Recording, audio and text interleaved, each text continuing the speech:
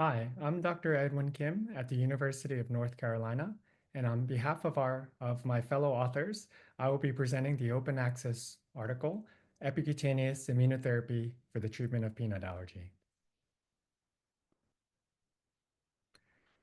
The skin is one of the most important immune organs of the human body. In damaged skin, cutaneous allergen exposure can actually lead to sensitization by inducing pro-inflammatory cytokines. Conversely, when an allergen interacts with intact skin, it can promote tolerance or desensitization by inducing regulatory T cells, as well as for promoting T cell energy. Epicutaneous immunotherapy is an approach to food allergen immunotherapy that tries to take advantage of the skin as an immune organ. And in particular, there is an investigational product that is in late stage development called ViaSkin Peanut that involves an occlusive patch containing dried allergen within a condensation chamber, as you see in the figure here. Each patch contains 250 micrograms of peanut protein, which is the equivalent of only 1/1000th of a peanut kernel. The way that this epicutaneous occlusive patch is used is it is applied to intact skin, as we spoke about on the previous slide, in order to try to induce tolerance as well as desensitization.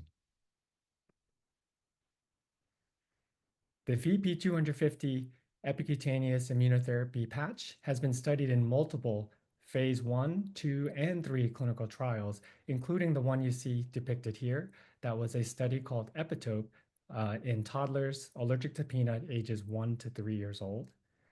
Across all of these phase 1, 2, and 3 studies, the VP250 epicutaneous patch has been shown to have a very low risk safety profile, with most adverse events being local skin irritations at the patch site itself. And these have been found across longer extended studies to decrease in frequency and severity over time. The efficacy has been shown in particular, as you see here on the slide, with 67% of patients on the active epicutaneous patch being responders compared to 33.5% of placebo. Across all of the studies, clinical trial results with VP250 have demonstrated desensitization in children ages 1 through 11 years old, with greater gains observed in the younger children, as well as with longer durations of treatment. Thinking globally, the goal about the goal of immunotherapy, it is to induce desensitization as well as to reduce the risk of reactions to accidental exposures. And you see a figure here that depicts sort of how the two are interrelated. The likelihood of having an allergic reaction to the allergen decreases as the eliciting dose to that allergen increases.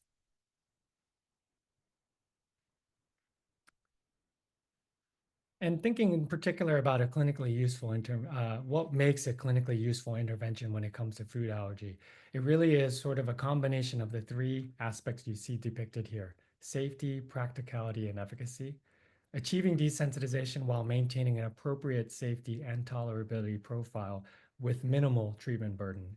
And this final bullet is really an important aspect that patients have really expressed, is they want something that is able to treat the food allergy, that does not cause safety concerns on its own, but also is realistic to be used in daily life, as you see here.